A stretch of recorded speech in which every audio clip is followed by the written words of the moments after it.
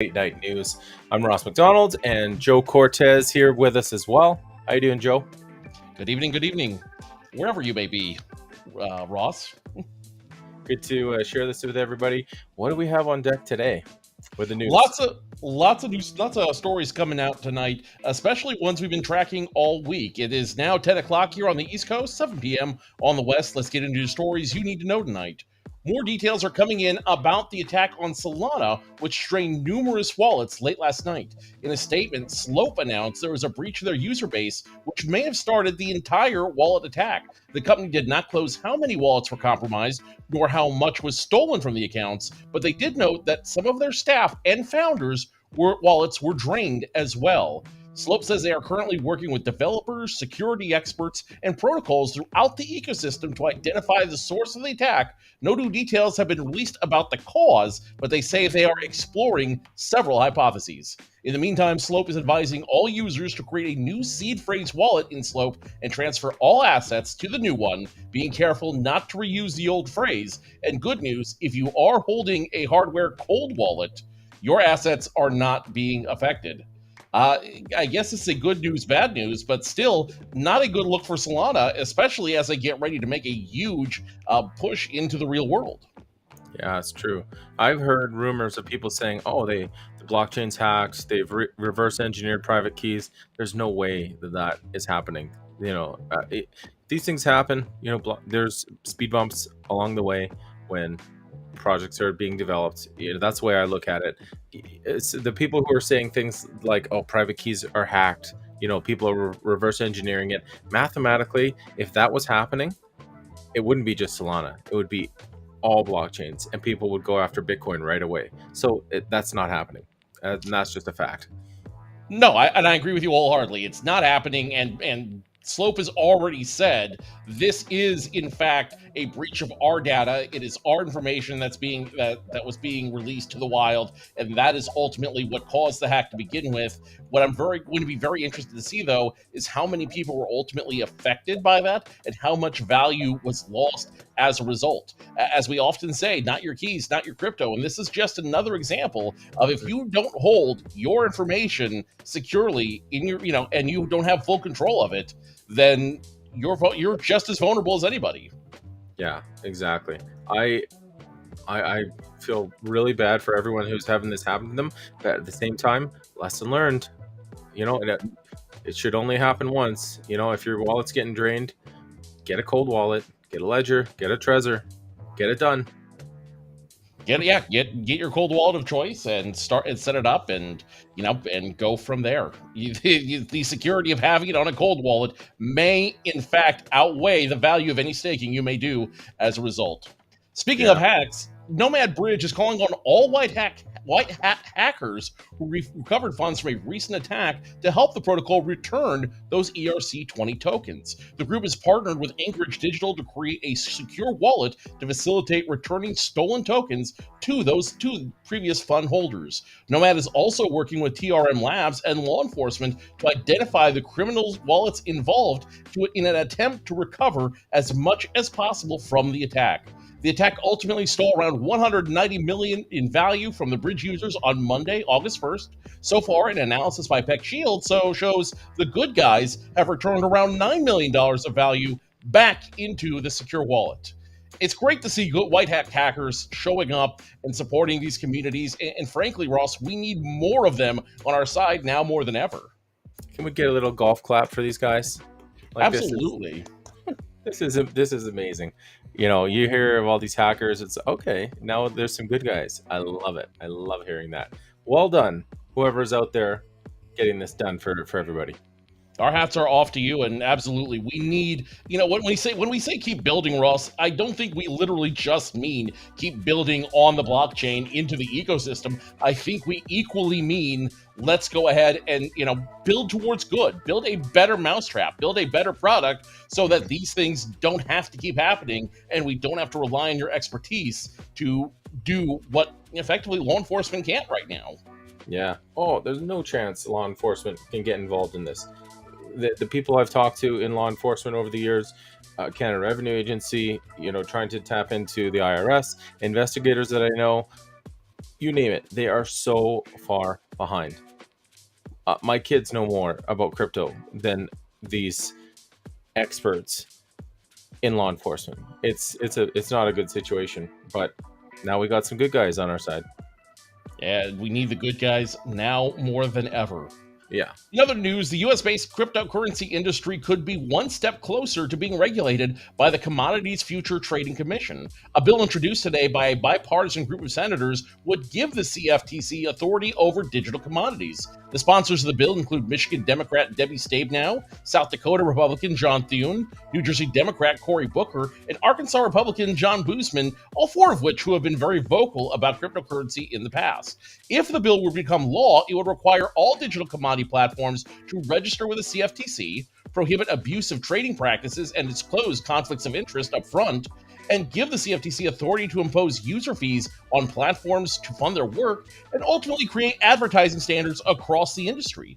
However, the bill wouldn't necessarily cover all tokens. The proposal also acknowledges that other financial agencies have a role in regulating digital assets that are not commodities, but function more like securities or forms of payment. The bill comes as the SEC is continuing to pursue action in multiple cases, including against Ripple's XRP token and Coinbase over alleged digital securities trading. This has been a debate we've been having for quite a while. We heard this debate at the conference in Austin, whose name I can't think of right now, the one I was at. Consensus. We've heard this argument at Consensus. We've heard this argument over and over again all summer. This feels like it's an interesting move, but the question then, because it still doesn't provide clarity on what is a commodity and what is a security, and what's a currency. Right. I hear this and it's like, great, I'm sure they'll get this done by about the year 2065. They'll be like, hey, we're done. It's like, I don't know. Dinosaurs working with dinosaurs to chisel regulation into stone. Unfortunately, that's what it looks like. I think unless they bring in some leaders and some experts from the blockchain industry who have been in the industry for years to help create the regulation, it won't get done and it won't be done properly. And this is a wild prediction that I've said before. I think that these organizations, because they're so bad at this, I think they will disappear. It might be difficult to happen, but I think they may disappear. I don't necessarily disagree with that idea, but again, this is a debate that David and I had last night here on Late Night News when we were talking about, fair market versus regulated, or the open market versus regulated market. Over time, every market becomes a regulated market because when there's money to be made, the government wants their cut. Not a bad thing because it creates rules of the road for all the players and guardrails for the consumers. That being said, until we create clear definitions of what digital assets are commodities and which digital assets are securities or forms of payment, quote unquote, this bill may not do much to give us any further clarity and prevent some of these abusive players in the space creating rug pulls that promise you everything but give you nothing in the end. Yeah, it's a water drop on a house fire, really. But when I think about trying to put this regulation together, it's too slow. It's so slow. How can it keep up? It's just impossible. But without regulation, if we're not going to have regulation, then we go to this utopian Star Trek type use of cryptocurrency, which would be great. It's not going to happen. Well, it can't happen because greed's always going to get in the way. What's going to stop somebody from creating a token, sending it to the moon in a pump and dump scheme that ultimately rug pulls other people, in this utopian society? This is a good first step. I think anytime, giving the CFTC more authority over cryptocurrency is a good first step for the US, but I think we need a much more bigger lateral model in order to determine how exactly we're going to take on that concept and how we're going to drive it forward and use it for the greater good. Yeah. Maybe some younger senators and politicians who can help push it. Maybe that's what we need. That may be the answer. If not, at least I'll be moving up your way there, Ross. To Canada. Hey, it is my target destination. That's it. It's cold. And that's, you say that like it's a bad thing. It is. It can be pretty nice. Yeah. The True North strong and free. In other news, another European soccer side will accept Bitcoin as payments for tickets this season. Oxford City FC, a sixth tier, yes, you heard that right, sixth tier team in central England, is partnering with Coin Corner to accept Bitcoin on the Lightning Network. Users can use the original cryptocurrency to buy tickets as well as food and drink inside the stadium alongside traditional payment methods. The company will also serve as a backup shirt sponsor for the minor league soccer team. Terms of the multi-year deal were not disclosed. Oxford City's move comes as top flight teams are getting much more friendly with the concept of crypto and Web3. Earlier this week, the world-renowned team FC Barcelona announced they would sell off a portion of their digital production studio to Socios.com, the same company powering their Bar fan token. So just as we were talking about using cryptocurrency and using it as a currency in real space, another European soccer team wants to get in on this. I love it. And we were talking about the area, Oxford, obviously known for the prestigious Oxford University. There's it's a very intelligent area. Like you were saying, maybe their user base and their fan base are people who appreciate finance, cryptocurrency. It's possible. Well, this also ties back to the story we were talking about last night with luxury brands like Gucci, like Tag Heuer, and others wanting to going to get into this space, wanting to accept cryptocurrency because their audience is demanding that option. The audience wants to be able to buy items with cryptocurrency. They want to be able to use Eurocoin, USD, ApeCoin, Bitcoin in this case, to make those transactions for a variety of reasons. If the audience is demanding it, why wouldn't you make that move? Why wouldn't you find that partnership and move it forward? This will be a very interesting model for sure. And if it's successful, if it works and they're able to profit off it and make it that much easier for the customer to come and see a game, I see no reason why it wouldn't expand to other European sides across the continent. Yeah. If for Oxford, for any professional team, for any brand, all they have to do is make exclusive merchandise and have it somewhat scarce for their community, and it will sell out. The math shows it. NFT projects do it every time, but they have to have the sub community that uses crypto. So they've got to develop that.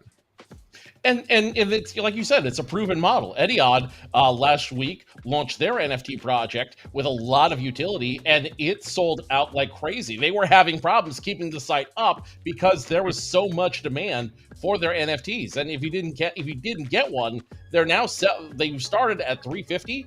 They're now selling on OpenSea for like $600-700 at minimum. So there is opportunity here. The market is there. It's just a matter of who's going to jump on this first, and at the end of the day, who's going to be the most successful and provide the model for everybody else moving forward. I love it. It's incredible.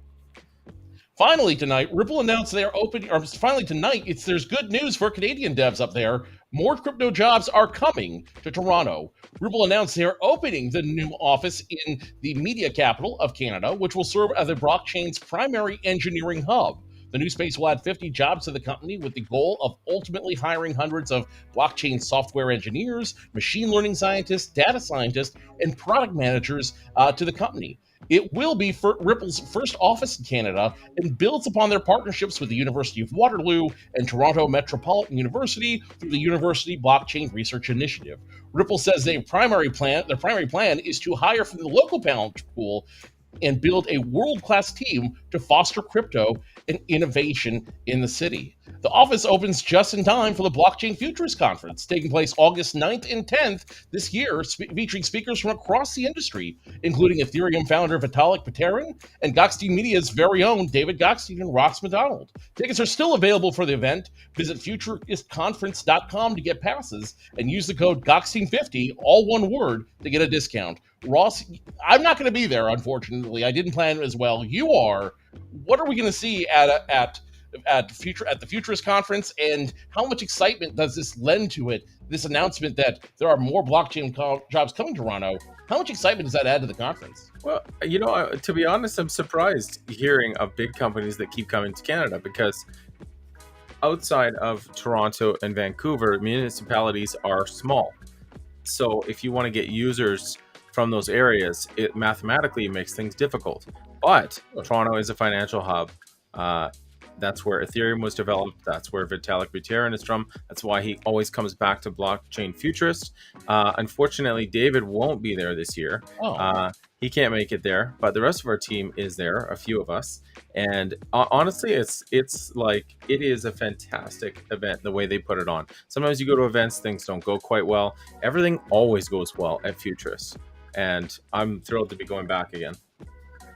yeah, I'm absolutely. Hopefully next year, I'll be able to join the team there and help provide coverage on the ground. It looks like an incredible conference, and Yeah, I can't imagine that this new announcement is just going to add a lot more buzz. You're going to yeah. have more opportunities for devs there. You're going to have Hmm. more opportunities in the space there, and it can Hmm. only grow as well. You mean not to, you're absolutely right. Toronto is a great financial hub in Canada. It's also a great media hub. If you want to spread the word, you've got to be in Toronto because you have access to all the major players there, all the major media companies as well. So great for Ripple, great for Canada, and great for the entire community, especially with the ETH Toronto Hackathon, the 2 days before, and Blockchain Futurist coming up next week.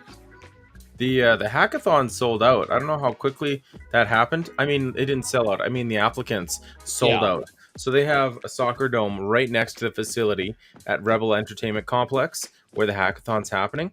And at one point, it runs through the night yeah. till 6 in the morning. And I'm just like, this is awesome. I'm gonna be in there.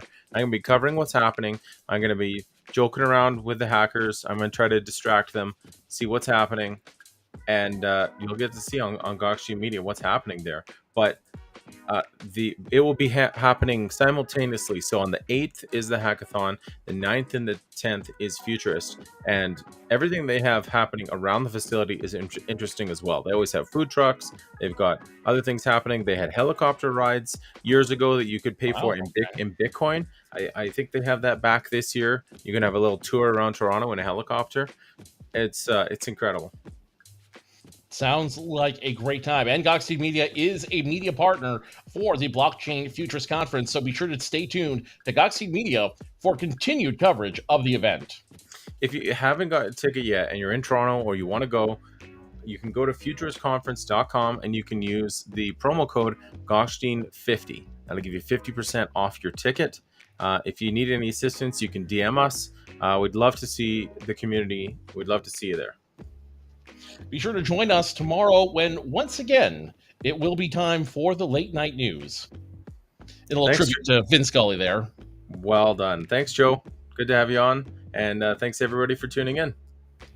This has been the late night news. I'm Joe Cortez, wishing you a pleasant, very pleasant good evening wherever you may be. You've been watching the late night news of Gokhshtein Media, the people's choice for Web3 news.